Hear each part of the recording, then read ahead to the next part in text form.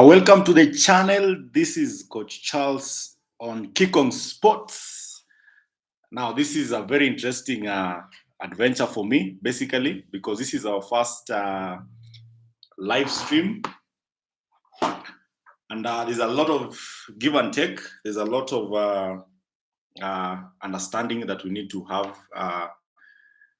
in this discussion, more so for me because I've never done this before. But hey, we are ready for this. Now, welcome to Kick on Sports, the ultimate home for football fans who live, breathe, and argue, the beautiful game. Now, the game has never been beautiful because we've really seen some very interesting aspects of the game happening all over the world, Just the other day, Chelsea surprised the whole world when they won the FIFA Club World Cup. Who expected that, Who expected that? Because even for me, I think in one of my videos, I remember saying that there's no way Chelsea was going to beat PSG. But hey, it happened, and it is quite interesting, to just imagine that a team that is so bloated like Chelsea were able to pull up something like that. PSG had nowhere to run to. They had nowhere to go to. Anyway, the topic today is very, very interesting. The bomb squad that Manchester United have, and that is a big, big, big topic. Everyone is discussing this. Everyone is talking about this, just wondering how will Manchester United survive when they have such a group of players, very, very talented, English to the core, some of them, English international, and yet these players have been bombed out of the club. They are out of Carrington. They are out of the coach's thinking and all that kind of thing. So that is what we're going to discuss today. And we're also going to just ask ourselves, can Manchester United really compete with the big boys? Because everyone is following the transfer market and things are happening that are really crazy. So the question is, can Manchester United compete in this transfer market? Because, hey, the reality is out there. Whatever Liverpool, Arsenal, Man City are doing, even Tottenham, small clubs are also doing very big signings. But United is stuck and still stuck at one point. Now, for those who have not subscribed to this channel, this is a moment that I ask you to subscribe to the channel. Let's grow this channel because channels only become big because of people who subscribe, and you are one of them. Now, who are these in the bomb squad that Manchester United has? We have some of the best players in that group. We have Sancho. Remember when Manchester United wanted to sign Sancho, they just had to look for so much money to part with. They parted with so much money to bring Sancho in. Then there's Anthony. Anthony is one of the players that Manchester United bought for so much money. Yeah? And then there's Malacia in that group. Then the homegrown ones like Rashford, Garnacho, these are good players. On their day, they are best for any other club. But at United, I think the coach has made up his mind that he's not going to consider these players. He's not going to involve them. He's not going to have them in the club. That is why they have been put in the bomb squad list, and it's such a big group of players. Now, if you add the value of Anthony and Garnacho and Malacia, it brings up to around 160, 167 million pounds that was used to bring these players in. Yet, we have not had enough from these players. We've not achieved anything with these players. In fact, Sancho has been loaned out. He's been sent to loans because he can't play in any of our coaches' system. Because they say sometimes his attitude is bad. Us as fans, we don't even have an idea what is going on. But hey, whatever is happening at Old Trafford is always big news. And we've seen Sancho go out on loan to Dortmund. He's come back and gone back on loan to Chelsea, and he's done some really good work. Remember at Dortmund, they went all the way to the finals, and a Manchester United outcast in the final of the UEFA Champions League. Then when he went to Chelsea, he even won the Conference Cup. He even scored in the final. So you ask yourself, what is really about this Sancho player that the coach can't just get the best out of him? Because I believe he is a talent that can be nurtured. He's a talent that can be very useful to the club. But how come the club cannot get anything out of Sancho? Look at Rashford. This is a homegrown player, a player who's grown in at Manchester United through and through. but he cannot get a chance to play at Manchester United. So basically, it boils down to the players individually, their character and all that. Now, for the case of Anthony, I find it a bit curious because Anthony is one of these players that just wants to play, just wants to play football. This is a Brazilian.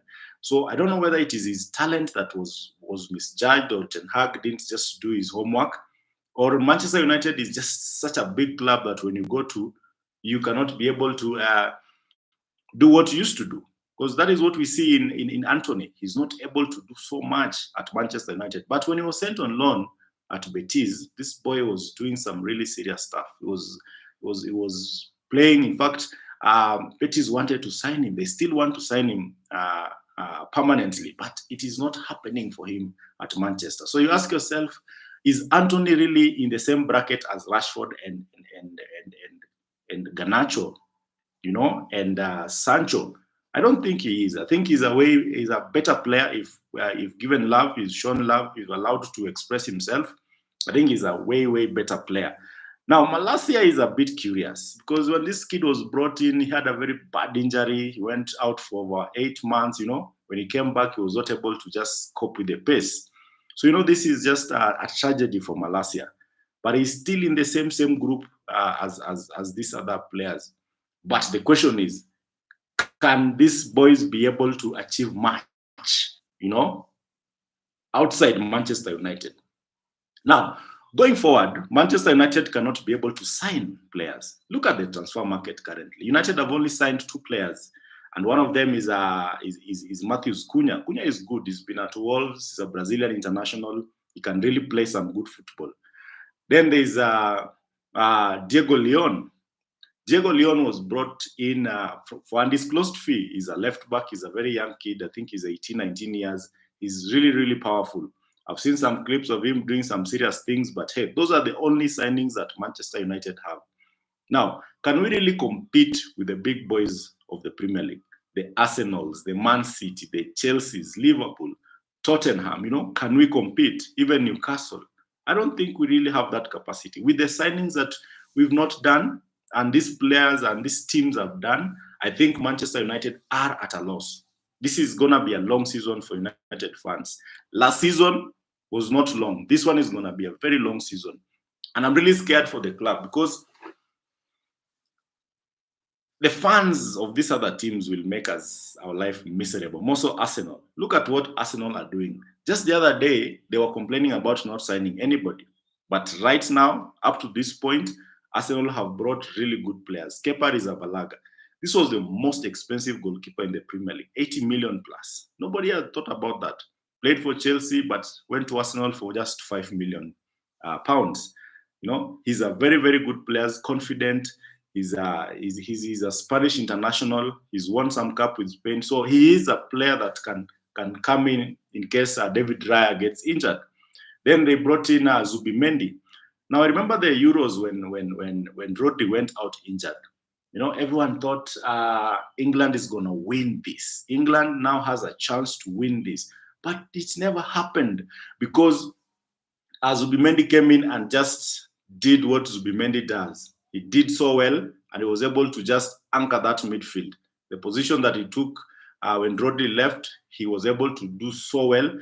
And Spain won the Euros. So by Arsenal bringing Zubimendi in, it means that they had to let one player go, and that was Thomas Partey. Now, Partey had his issues, but last season, Partey was their best midfielder, basically.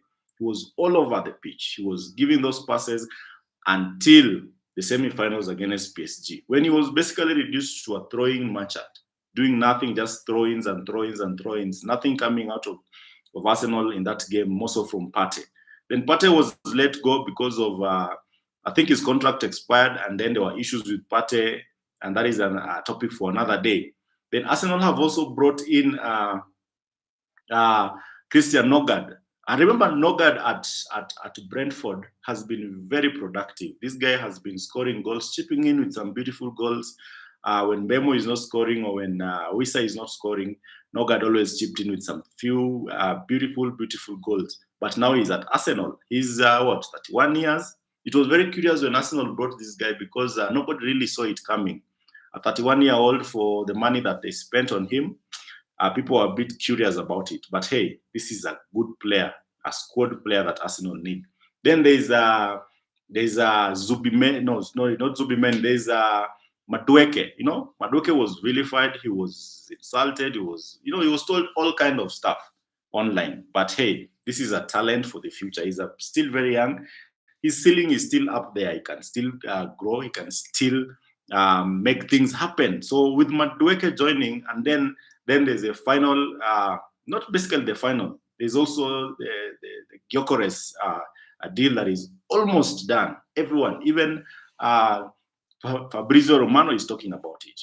David Ornstein is talking about it. They are saying this is a deal that is almost done. Yeah? The very bit of it that is remaining, but Gyökeres is basically an Arsenal player. So I ask myself, as a Manchester United fan, the very first game of the season, we are meeting the Gunners. And the Gunners have signed those 5 very good players. And they are talking about Eberechi Eze from Crystal Palace. So you ask yourself, can Manchester United really compete? Yeah, from the very first game, will they be able to compete? Because I don't think they will be.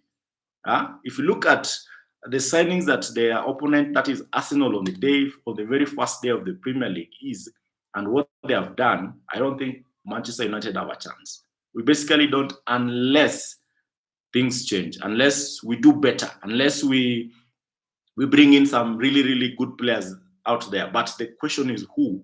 Because the only player that we've been linked with is Brian Mbeumo, and we've been discussing Mbeumo for the last 6 months.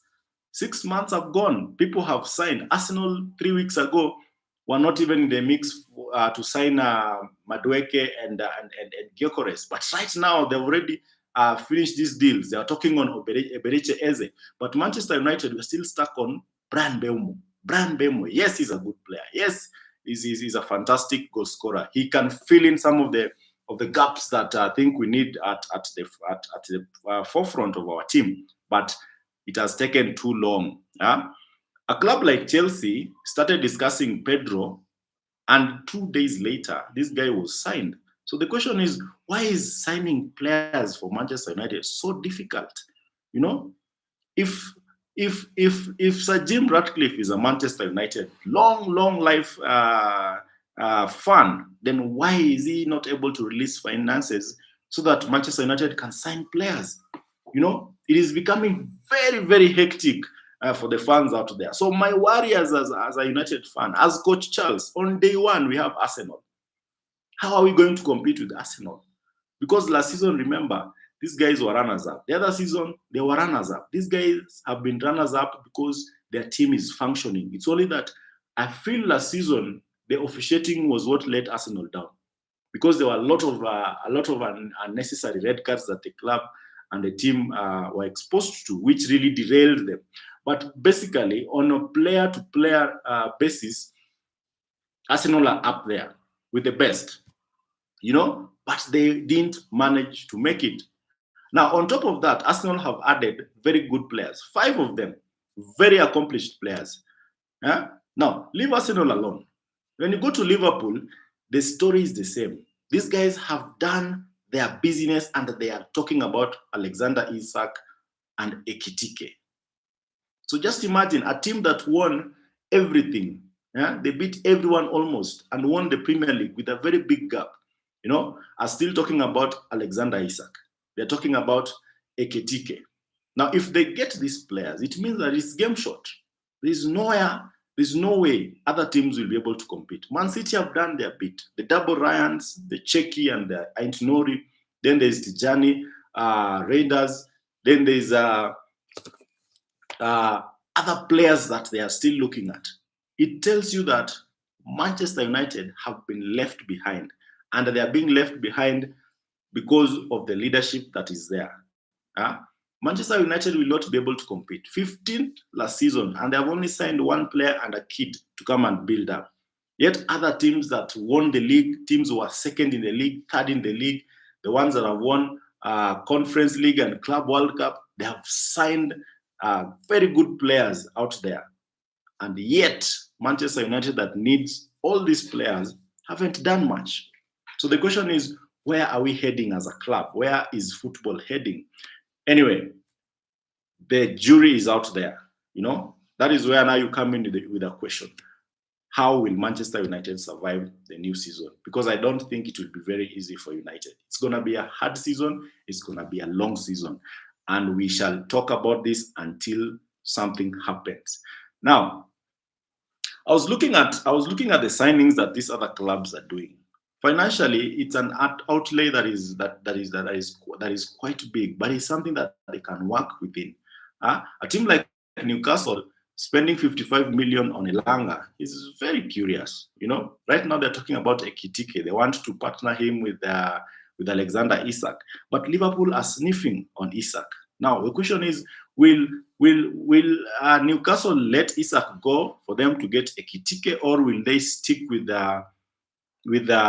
Isak and miss out on Ekitike? Sometimes it's basically a deflection. You know, they are deflecting the attention to another player, because